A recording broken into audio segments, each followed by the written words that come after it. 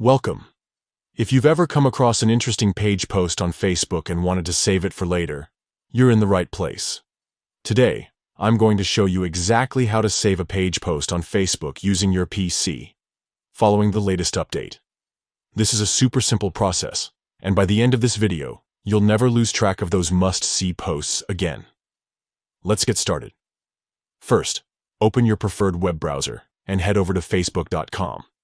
Make sure you're logged into your account so you can access all the features. Now, scroll through your feed, or visit the page where you saw that post you want to save.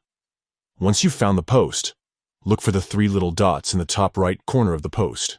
These dots are your gateway to more options. Click on the three dots, and a drop-down menu will appear. In this menu, you'll see several choices, but what you're looking for is the option that says Save Post. Go ahead and click on Save. After clicking Save, Facebook will prompt you to choose a collection. Collections are a great way to organize your saved posts so you can easily find them later.